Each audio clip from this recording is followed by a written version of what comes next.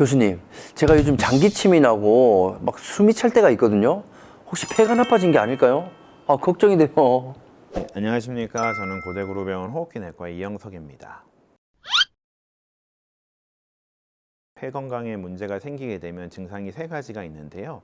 기침과 가래와 호흡곤란이 있습니다. 기침은 주로 기간을 보고요. 가래는 색깔을 보고 호흡곤란은 정도를 봅니다. 대부분의 기침들이 2주 이내에 전부 다 소실이 되거든요. 근데 2주 이상의 기침이 일어나는 경우에는 다른 질환들을 갖고 있는지를 한번 검진을 해봐야 될 필요가 있는 것이고요. 가래 같은 경우는 색깔이 굉장히 중요한데 맑은 콧물과 같은 맑은 가래인 경우는 큰 문제가 없지만 감염성 질환을 갖고 있거나 여러 가지 다른 질환들이 있게 되면 누런 가래가 나올 수 있습니다.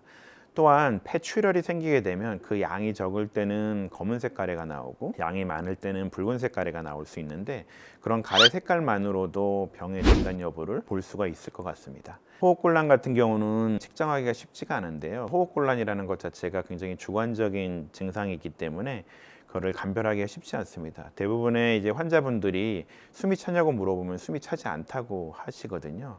그 이유가 뭐냐면 숨이 차게 되면 걸음걸이가 느려지게 됩니다. 그러다 보니까 호흡곤란을 잘 못 느끼는 경우가 있는데 가장 편하게 측정하는 방법으로는 친구랑 같이 걸어보는 겁니다. 친구랑 같이 걸었을 때 숨이 찬 증상 때문에 친구보다 느려진다면 의미 있는 호흡곤란이 되게 되고 그런 호흡곤란을 갖고 있는 환자들 같은 경우는 가까운 병원을 방문을 해서 어떤 질환이 숨어 있는지 찾는 것이 굉장히 중요할 것 같습니다.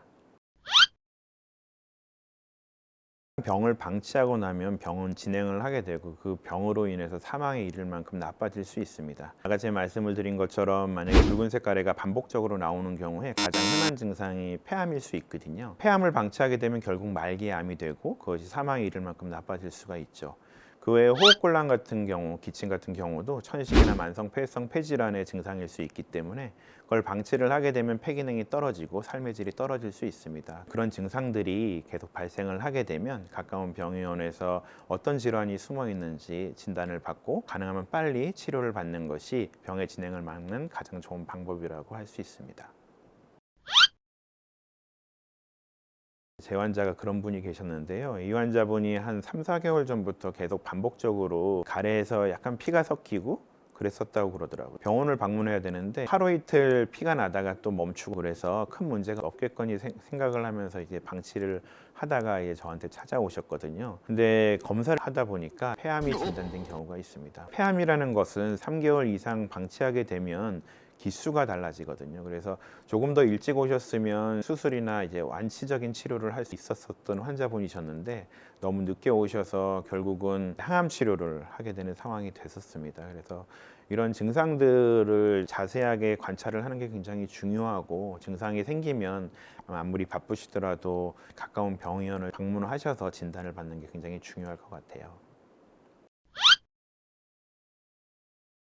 가장 좋은 방법 두 가지는 폐 기능 검사를 하는 거와 저설량 CT를 찍는 것이 있습니다. 건강보험에서 만 54세에서 74세까지 30감년의 흡연력을 갖고 있는 환자들은 폐암 검진을 위해서 2년마다 저설량 CT를 찍게 되어 있거든요. 30감년이라는 것은 뭐냐면 하루에 한 값씩 30년을 피게 되면 30감년이 되는 거고 하루에 두 값씩 15년을 피게 되면 그것도 곱하기를 해서 30감년이 되는 겁니다. 그 정도의 흡연력을 갖고 있는 환자들 같은 경우에는 2년에 한 번씩 저설량 CT를 찍는 게 굉장히 중요하고요. 환자분들이 생각을 하시는 것 중에 가슴 X선 촬영을 하게 되면 모든 질환을 다 발견할 수 있지 않을까라고 생각을 하는데 가슴 X선 사진은 그림자 영상입니다. 그러다 보니까 폐 자체의 실질적인 것을 못 보게 되고 그로 인해서 놓치는 병들이 굉장히 많이 있거든요. 그래서 저설량 CT를 찍는 것들이 굉장히 중요할 것 같고요.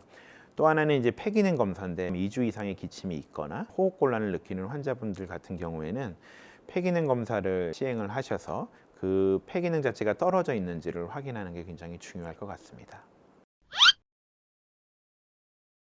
모든 건강에서 가장 중요한 건 규칙적인 운동과 적절하게 영양을 공급하는 것 그리고 푹 쉬는 것들이 있겠죠. 그러니까 폐 건강도 마찬가지입니다. 폐 기능이 떨어져 있는 환자들 같은 경우에도 호흡 근육 자체가 강화가 되면 숨찬 증상이 별로 없고 그리고 여러 가지 감염에 노출해서 취약하지 않을 수 있다라는 보고들이 있거든요. 그래서 잘 먹고 잘 자고 운동을 열심히 하는 게 굉장히 중요합니다. 잘 먹는다는 것은 밥을 많이 먹는다는 얘기가 아니라 단백질 섭취를 늘리는 겁니다. 모든 면역 세포들 그리고 근세포들은 다 단백질로 이루어져 있기 때문에 단백질 섭취를 늘리는 게 굉장히 중요할 것 같고요.